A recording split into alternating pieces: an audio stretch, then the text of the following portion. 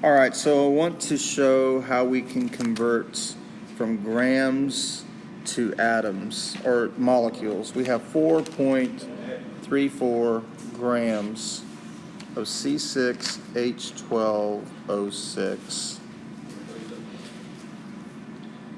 The first thing we want to do is convert from grams to moles. So we have 180.156 grams of glucose in 1 mole of glucose. And we also know that a mole is an Avogadro's number. That's 6.022 times 10 to the 23rd molecules. And so grams of glucose cancel, moles of glucose cancel. And then we just need to simplify our expression.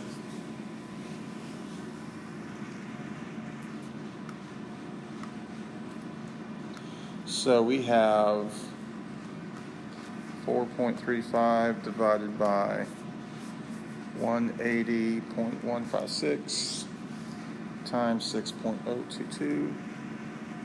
That's going to be 1.45 times 10 to the 22 molecules of glucose.